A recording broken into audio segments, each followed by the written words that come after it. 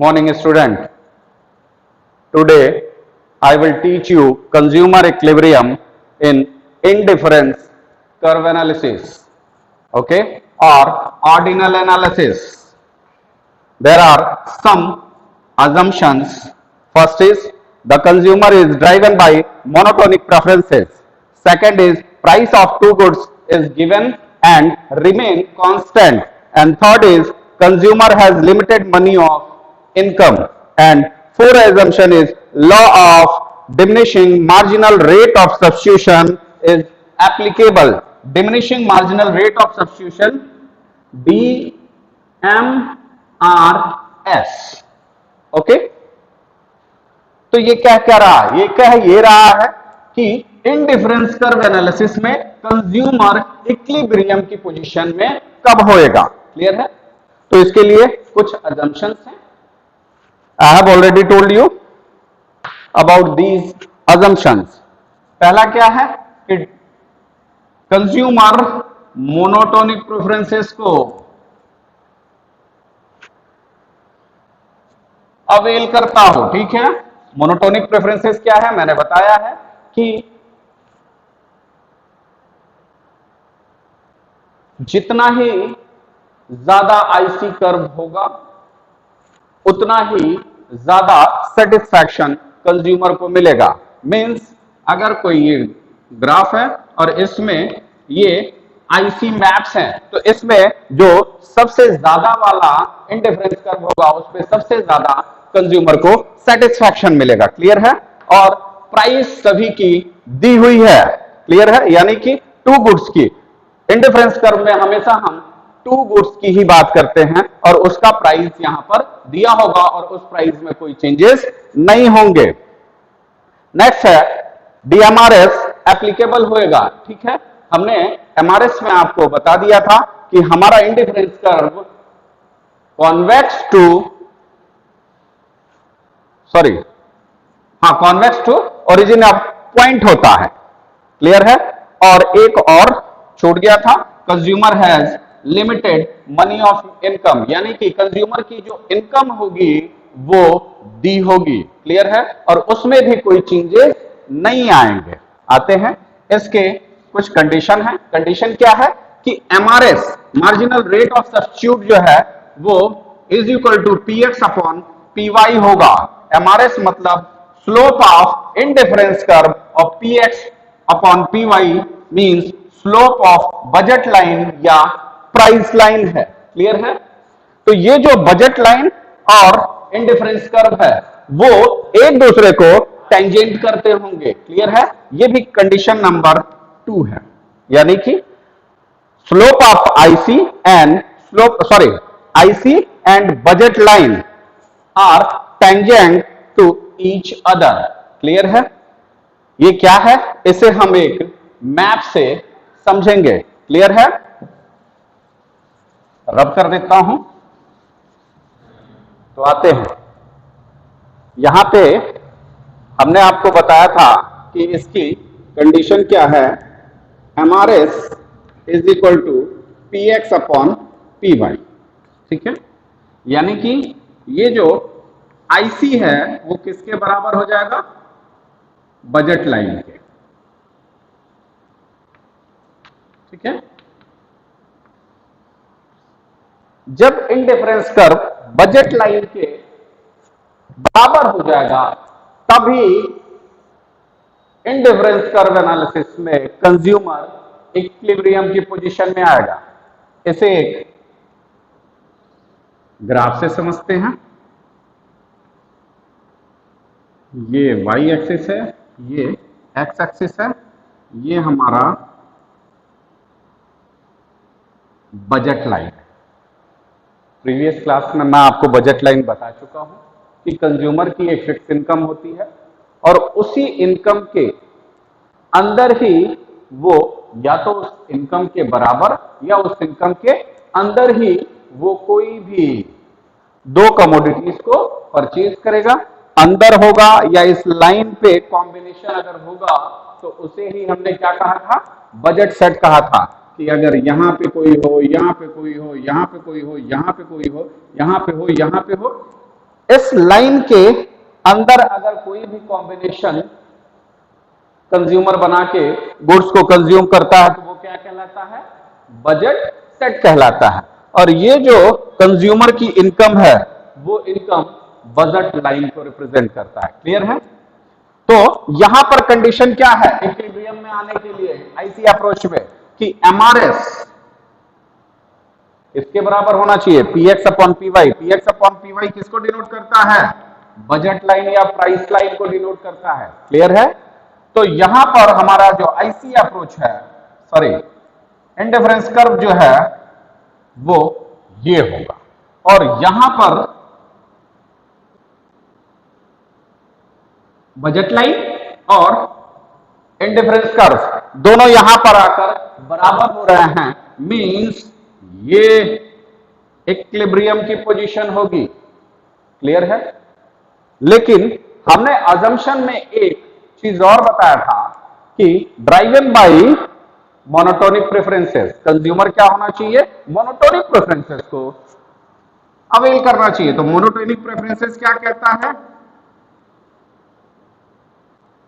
कि जितना ही ज्यादा किसी कमोडिटी को कंज्यूमर कंज्यूम करेगा उसे उतना ही ज्यादा सेटिस्फैक्शन मिलेगा। यानी कि कोई भी कंज्यूमर ज्यादा से ज्यादा कंज्यूम करना चाहेगा फॉर व्हाट? कमोडिटीज को। क्लियर है? तो जब वो ज्यादा से ज्यादा कंज्यूम करेगा तो उसी को मोनोटोनिक प्रेफरेंसेस कहते हैं, जो कि हम लोग फर्स्ट डे के लेक्चर में देख चुके हैं। तो एक इंडिफरेंस कर्व ये भी हो सकता है। अब आते हैं एक इंडिफरेंस कर्व ये भी हो सकता है। यहां पे हमने आपको एक इंडिफरेंस कर्व का एक सेट बना लिया है। इसे हम IC1 कह सकते हैं, इसे IC2 कह सकते हैं, इसे IC3 कह सकते हैं। अब क्वेश्चन ये है कि कोई भी कंज्यूमर इक्विलिब्रियम की पोजीशन में कब हो?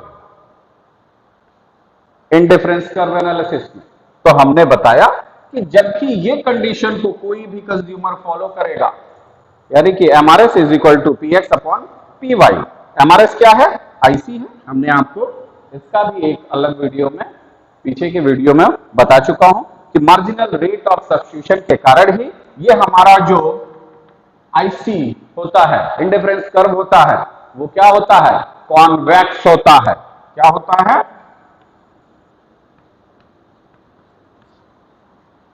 पॉइंट ऑफ ओरिजिन, यानी कि ये कॉन्वेक्स होता है। कॉन्वेक्स क्यों होता है?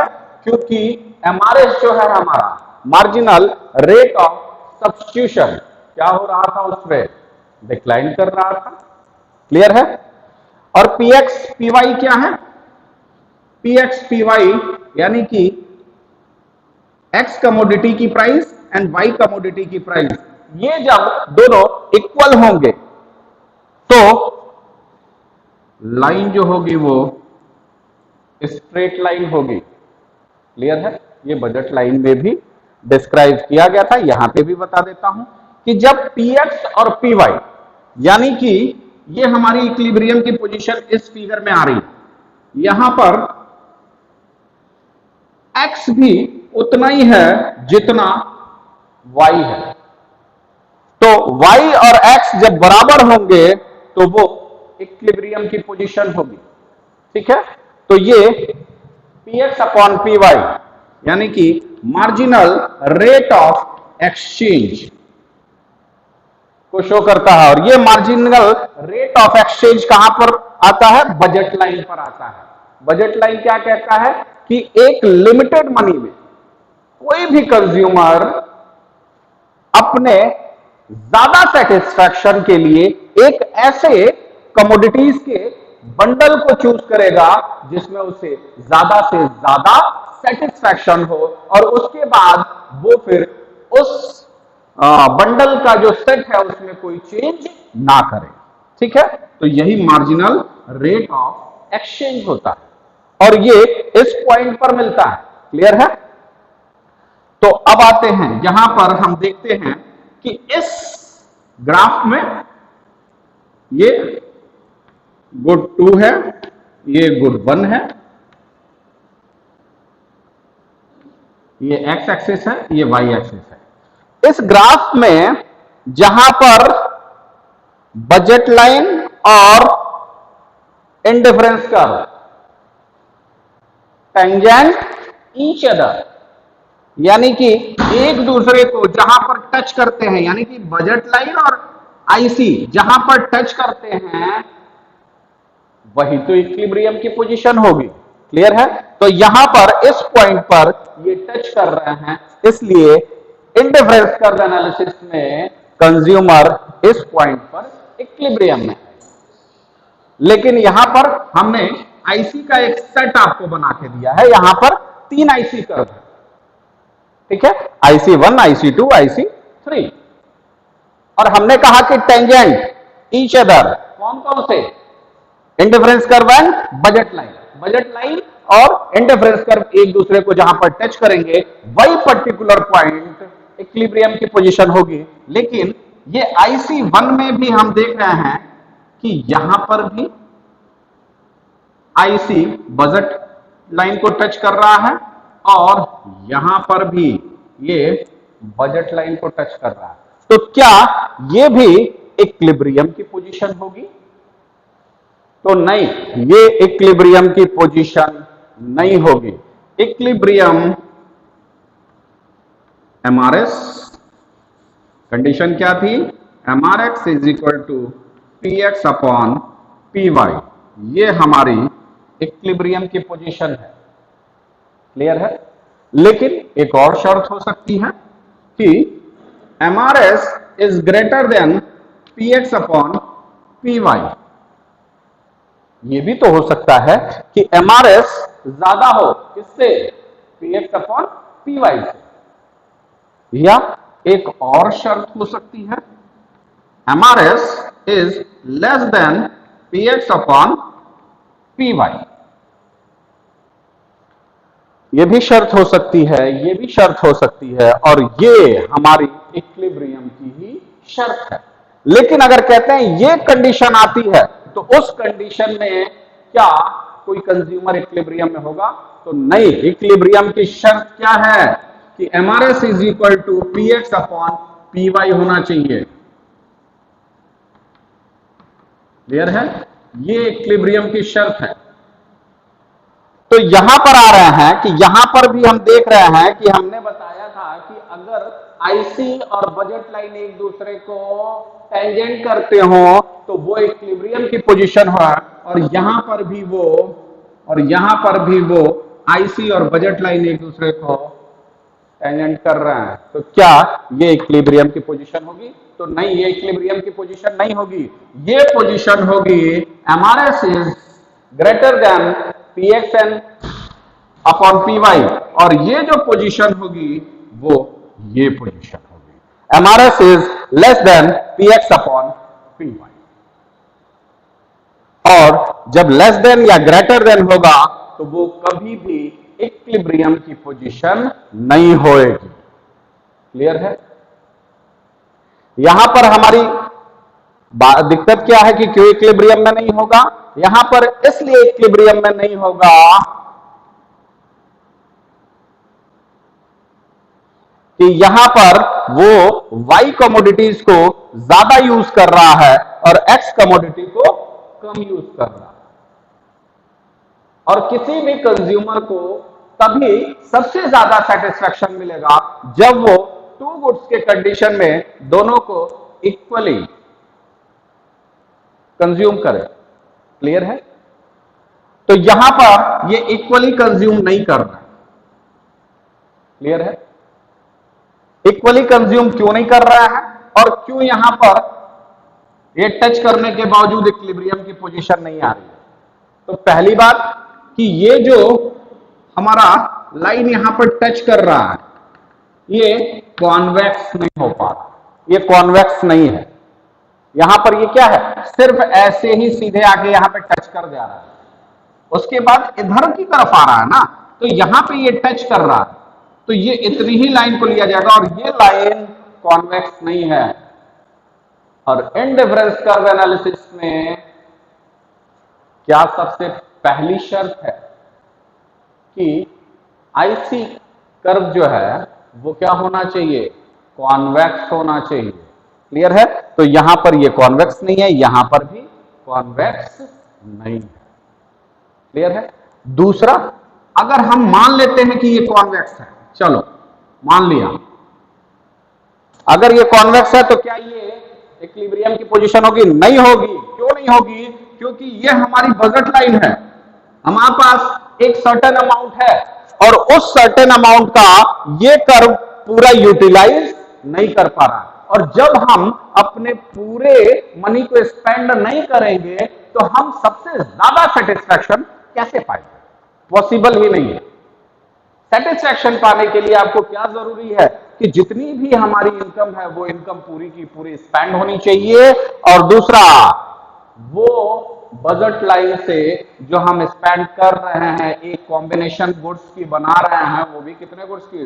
2 गुड्स की कॉम्बिनेशन जो बना रहे हैं, उसमें जो हमारा कर्व बन रहा है और जो हमारा लिमिटेड मनी ऑफ इनकम है वो एक दूसरे को टच करना चाहिए, टेंजेंट करना चाहिए। क्लियर है?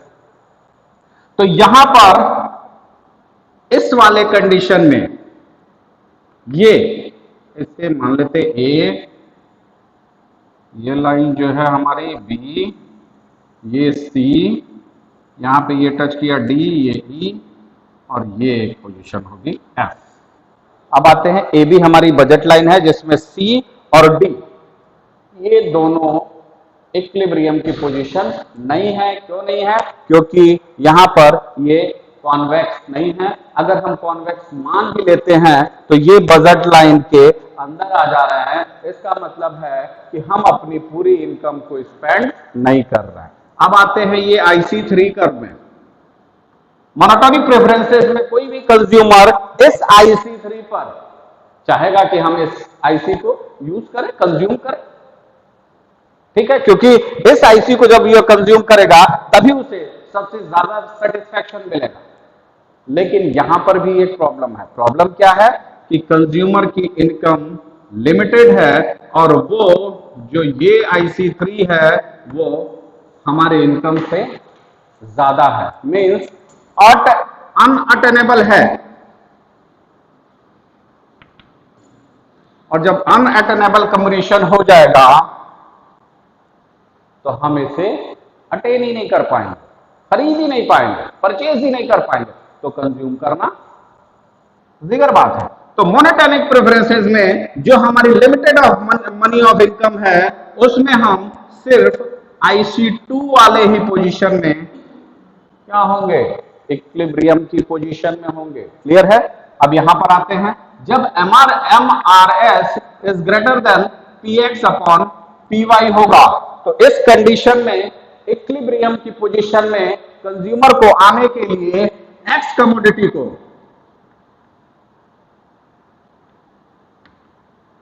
क्या करना पड़ेगा? मोर कंज्यूम करना पड़ेगा। ठीक है? यानी कि वो एक्स कमोडिटी को जब ज्यादा कंज्यूम करेगा तो वाई को सैक्रिफाइस करेगा और एक ऐसी पोजीशन आएगी जब वो इक्विलिब्रियम में आ जाएगा। जैसे यहां पर हम इस ग्राफ में देख सकते हैं कि यहां पर x इतना है, y ज्यादा है, तो वो x को बढ़ाएगा। तो जब x का कंजम्पशन इंक्रीज करेगा तो ऑब्वियसली y का कंजम्पशन डिक्रीज हो जाएगा और ये पोजीशन आएगी। यहां पर वो कर क्या रहा है? ये इतना y को सैक्रिफाइस कर रहा है, इतना x को गेन कर रहा है। यहां पर MRS एप्लीकेबल हो गया कि नहीं हो गया? और जब MRS एप्लीकेबल होगा तो वो इस पोजीशन पर जब पहुंचेगा, मींस ये वाला पोजीशन पे जब पहुंचेगा तो वो इक्विलिब्रियम की पोजीशन में हो जाएगा। अगेन MRS जब less than PX upon PY होगा तो यानी कि ये वाली पोजीशन होगी जिसमें कंज्यूमर X को बहुत ज्यादा कंज्यूम कर रहा है और Y को कम कंज्यूम कर रहा है। तो वो क्या करेगा इस कंडीशन में? ऑब्वियसली Y का कंजम्पशन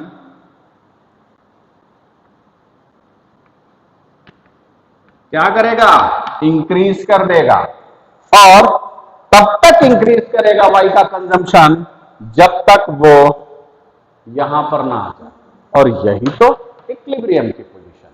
क्लियर है? यानी कि इंडिफरेंस कर्व एनालिसिस में consumer MRS is equal to PXN upon PY में ही इक्विलिब्रियम की पोजीशन पे पहुंचेगा, और वो ये मैप हमारा दिखा रहा है। क्लियर है?